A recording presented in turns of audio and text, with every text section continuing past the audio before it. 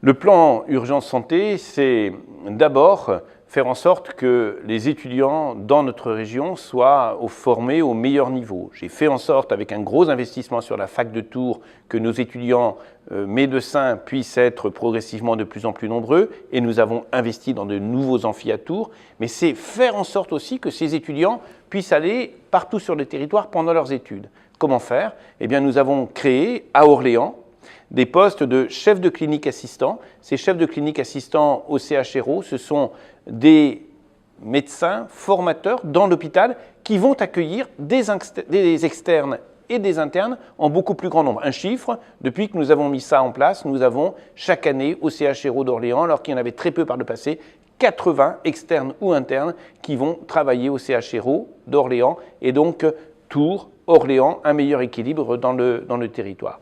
Mais c'est aussi la formation des infirmiers et infirmières. Nous avons augmenté de près de 200 le nombre d'infirmiers formés dans notre région. C'est le doublement du nombre de kinés formés, 45 hier, 90 aujourd'hui, la formation a lieu à Orléans. C'est l'augmentation également du nombre d'aides-soignants qui sont formés. Donc, formés pour avoir les professionnels qualifiés.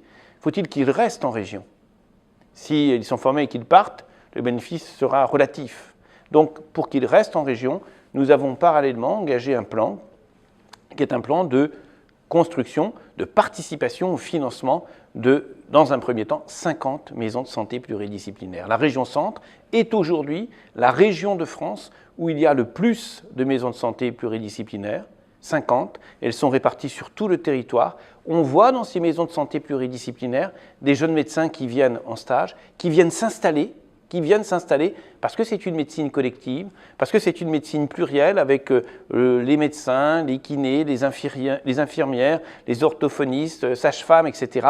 et que les jeunes médecins aiment ce travail collectif. Donc nous assistons véritablement à une nouvelle couverture de notre territoire en matière de présence médicale. Pour la première fois, la baisse du nombre de médecins est stoppée et en 2013, on a, à l'échelle de notre région, enregistré une augmentation de 80 médecins supplémentaires. C'est la première fois qu'on arrive à inverser cette tendance qui était une tendance de désertification particulièrement préoccupante.